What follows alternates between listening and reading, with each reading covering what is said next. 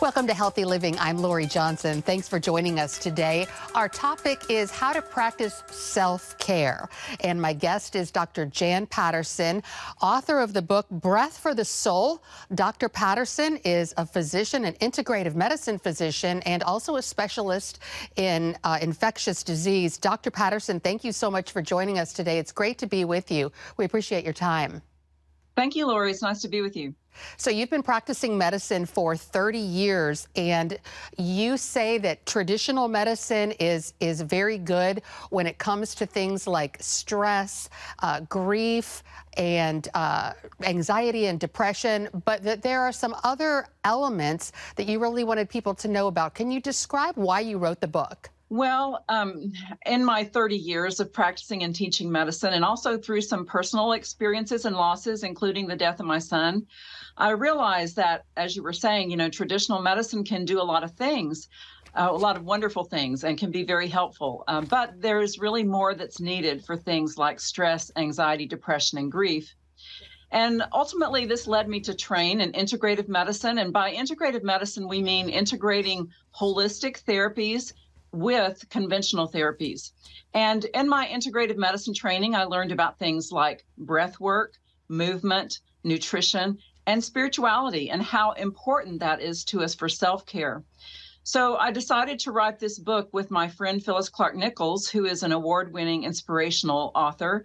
And I write about the modalities and the evidence for them, and then Phyllis writes a spiritual response to increase our spiritual awareness about dealing with these things. Well, let's go ahead and talk about these four pillars. You say the first one is breath, breathing. A lot of people don't understand really what that means. I know for me, I practice breathing sometimes only when I'm really nervous, when I'm really, really stressed out, like when I'm getting ready to go on live television. But you say that this should be sort of a daily practice, something that we incorporate into our regular life. Can you talk about how to do that and the importance of it? Sure. Well, our breathing is involuntary. We don't think about it. We do it automatically. But we can also do intentional breathing. We can control our breathing. And when we take deep, slow, regular breaths using our abdomen and not just our chest, that tells our body that we can relax and we can go into the relaxation mode and get out of the stress mode. And when we do this on a regular basis, our body actually becomes more attuned to that response, and we're less and less likely to be anxious. So what do you recommend as far as breathing exercises? Well, we have some specific exercises in the book, and one of the most important ones is called the 4-7-8 breath. And that simply means that you inhale for 4 counts, doesn't have to be 4 seconds, just 4 counts, hold the breath for 7 counts, and then exhale with the whoosh through the mouth for 8 counts. And you repeat that 4 times and do it twice a day, and continue to do it over, a period of time. And as you do it, you'll be able to do it more slowly. Your body will become more responsive to it, and you'll be less anxious and less stressful. So when you say you'll be less anxious and stressful, are you talking about right then while you're doing the breathing exercises, or overall? Well, actually, if you do it over a prolonged period of time, it actually can help overall with increasing your relaxation response and decreasing your stress response.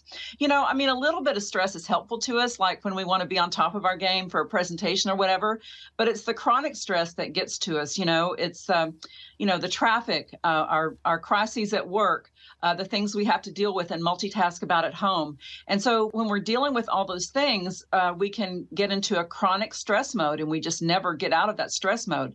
So in doing this type of breathing exercise, we can learn to be more relaxed, to think more rationally, treat people more kindly, and just be able to do a better job at what we're trying to do. When you talk about breathing in, do we have to breathe in just through the nose and then breathe out through the mouth, or can you switch it up? Well, it's best to breathe through the nose if you can. And so we do recommend that if you're, doing the inhale for 4 counts, do that through your nose and then hold the breath and then exhale through your mouth with a whoosh. And also, besides the breathing exercises, just anytime during the day, just think about taking deeper, slower, regular breaths using your abdomen and not just your chest. If you think about it, when we're scared or afraid or very stressed, we're taking very shallow, irregular breaths using just our chest. And that is all a stress response. And so if we tell our body by breathing more deeply, slowly, regularly, our body can go into the relax mode and help us think more rationally. A lot of people, including myself, really don't have very much experience with focusing on breathing. And you say breathe with the abdomen. What exactly does that mean? Do you push it out? Well, so for instance, if you put your hand on your abdomen and take a breath, notice if your abdomen is coming out when you take that breath. If it is, that means you're using your diaphragm to the fullest. Your diaphragm is expanding. That makes your abdomen go out. But if you're not, if that abdomen doesn't go out when you take a breath, you're just using your chest to breathe, and that's not the deepest kind of breathing. It's not the breathing that tells your body to relax.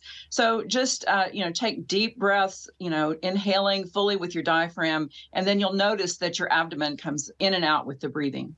And this is something we should sort of try to do whenever we think about it. Deep breathing, feeling, really not the shallow breathing, but the deep breathing. That's right. Anytime that you're thinking about it, just take deeper, slower, more regular breaths. Yeah, it's nice to know that that helps reduce stress all the time, not just when you're doing the breathing. I didn't realize that. Another one of the pillars that you talk about, self-care, ways to not only heal from these anxiety, depression, grief, stress, but also to prevent them, is nutrition. Can you talk about that? Yes. Well, the standard American diet, the SAD, has failed us. Are the rates of obesity are higher than ever. And actually, it's shown that if we eat a poor diet with a lot of processed food and high amounts of refined sugar, that actually our mental health suffers as well. If I had to recommend it in one sentence, I would say eat the rainbow. And that simply means eat more fruits and vegetables, vegetables and fruits that are all different colors, that give us all different kinds of phytonutrients. And there's a lot of data now, increasing amount of data, that eating a diet that is more plant-based doesn't mean that you can't eat meat, but just eat more plants. And that kind of diet is better for our mental health. We're less likely to get depressed, less likely to be stressed. So it's important for our mental health as well as our physical health. I think a lot of people are shocked to find out that our diet affects our mental health. And I know for me, when I'm feeling depressed or stressed, the first thing I reach for is, the ice cream and, the comfort food, macaroni and cheese. And really, it feels better in the moment. But you're saying that in the long run, it actually makes it worse? Yes, and we have a chapter in the stress section actually on stress eating. And, I think we've all experienced the phenomenon, like you say, when we're stressed, we grab something that's high sugar or highly processed, high sugar like, different types of sweets, highly processed like chips. And we eat those things and we feel better for a moment. And in fact, there's actually some data now that's come out about how people can get addicted to processed foods like that. And so anyway, we feel better for the moment, but then, 30 minutes to an hour later, our insulin has kicked in, our glucose level drops, and we're craving something again. So it's better to, over the long run, have fruits or vegetables that have fiber in them, and that means they're digested more slowly, so we don't have those blood sugar spikes that our insulin reacts to. And also there's foods that have magnesium in them, and magnesium is calming. Things like walnuts, almonds, dark chocolate. So dark chocolate is actually can be actually calming for us. There's some studies that have shown that your mood can improve with dark chocolate. It doesn't work with milk chocolate. Milk chocolate has more sugar and more processed ingredients usually. But yes, we can pay a lot of attention to our food. Dark leafy greens also have a lot of magnesium. So these can actually do a lot of good to help us with our mental health. This is fantastic information. We're talking with Dr. Jan Patterson, author of Breath for the Soul. We're going to take a quick break and be right back with the doctor to talk more about ways to practice self-care. Stay with us. Welcome back to Healthy Living, and we are continuing our discussion with Dr. Jan Patterson, author of the book Breath for the Soul, Ways to Practice Self-Care.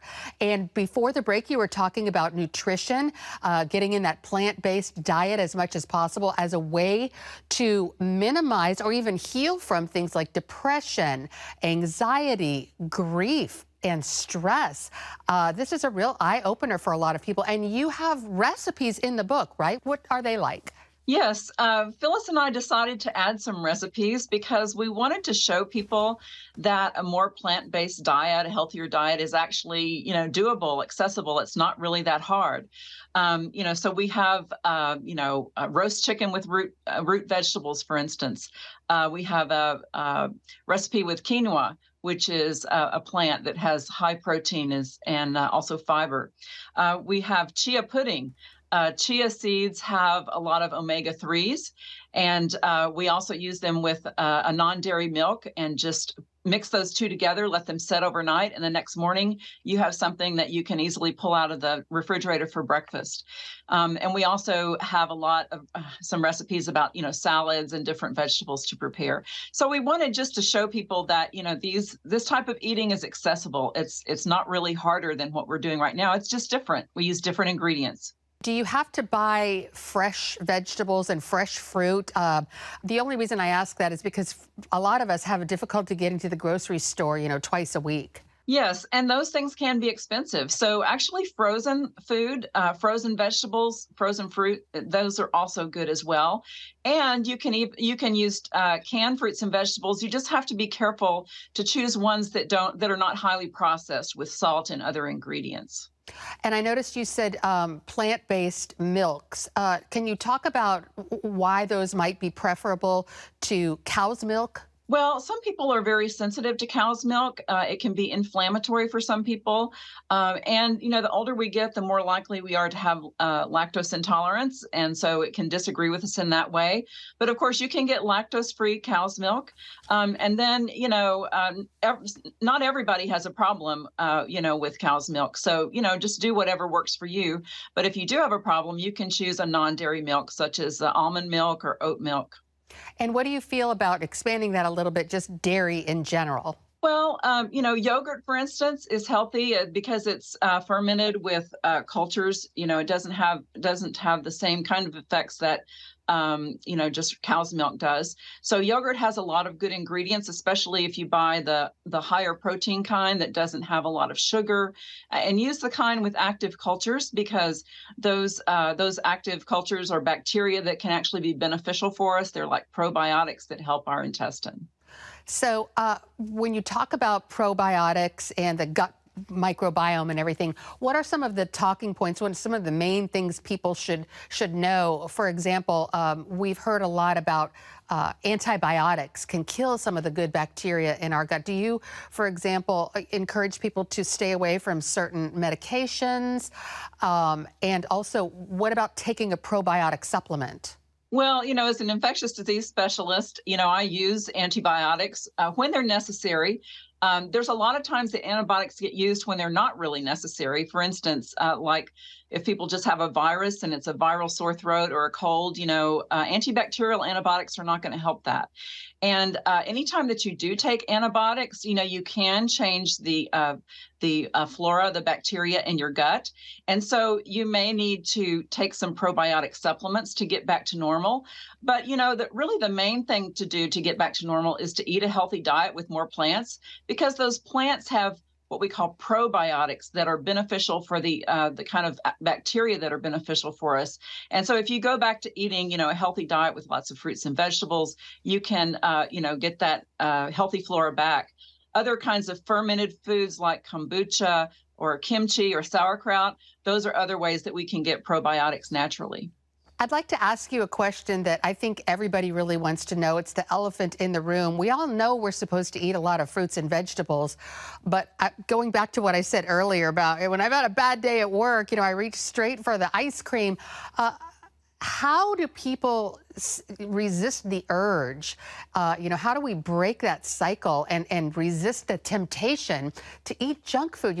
Driving through the drive-thru on the way home from work when I know I've got salad in the refrigerator that I should eat. Well, we really are a fast food nation. We've become very used to fast foods, processed foods. I think the main thing is, to have some healthy choices at hand already prepared. Have some vegetables or fruits that are right there in the refrigerator, that you can see right when you open the refrigerator. So you can choose those instead of the more high sugar, high processed things. And even the fast food restaurants have some healthier choices now. There's some kale salads and lettuce salads out there that you can choose at some of those fast food places as well. So it's just a matter of making healthier choices. Part of our society is just very used to those processed fast foods, and so we just have to think a little bit differently. And like I tell people, you don't have to change everything at once.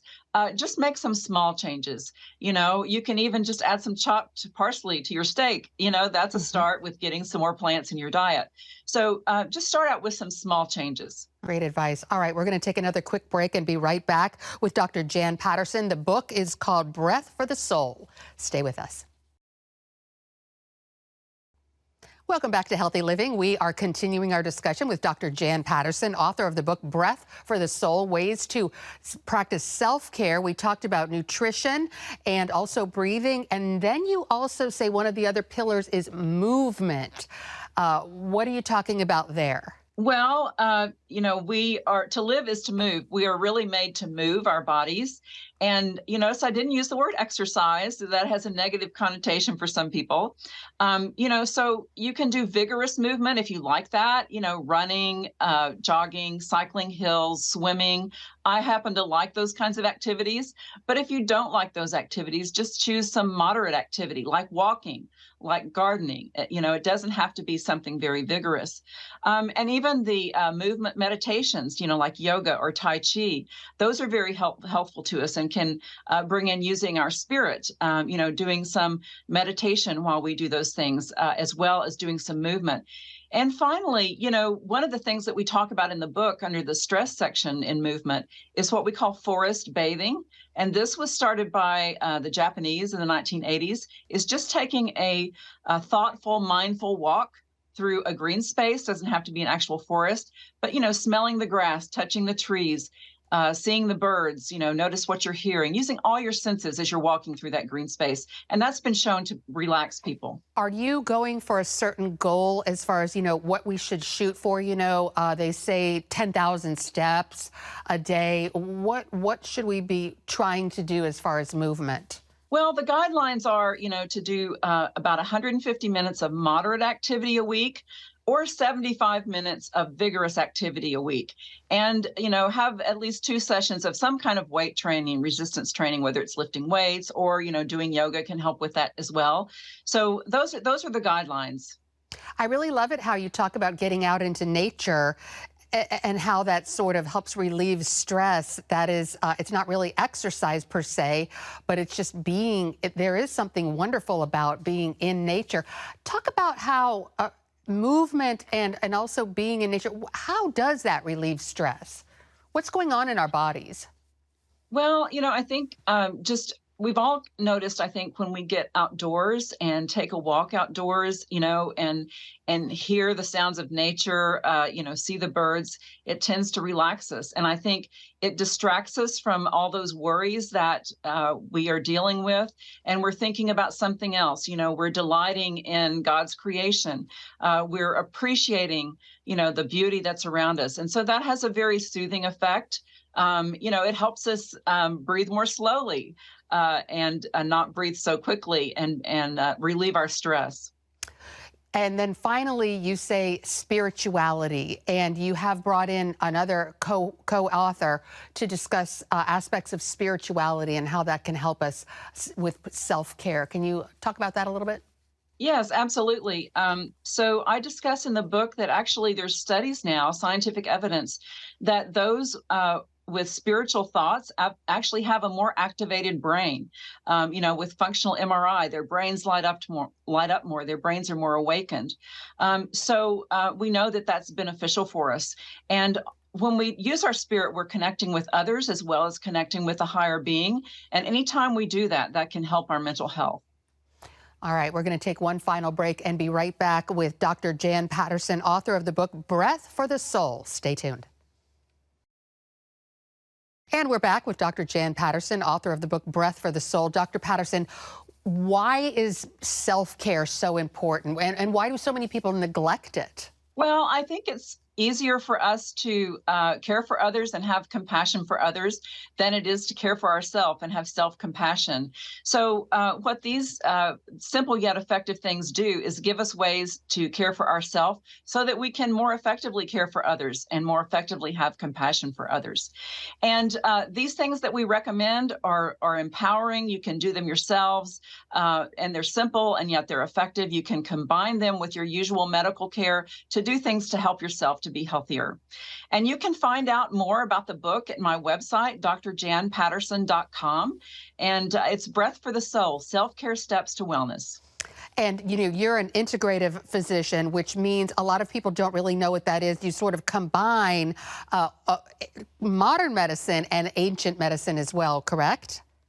That's right. We integrate the holistic therapies with conventional therapies and use both of them. In other words, using all the tools in the toolbox for our health.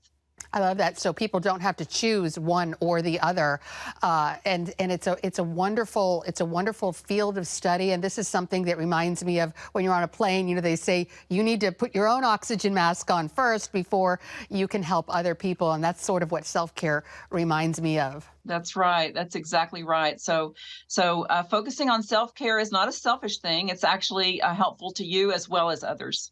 All right. Well, once again, Dr. Jan Patterson, the book is called Breath for the Soul. And where can people find the book? You can find the book on Amazon and also on bn.com, and you can also order it from your local bookstore. All right. Well, again, it's a pleasure talking to you. Thank you so much to you and your co-author for writing the book. I'm sure it's going to help a lot of people. We appreciate your time today. Thank you very much.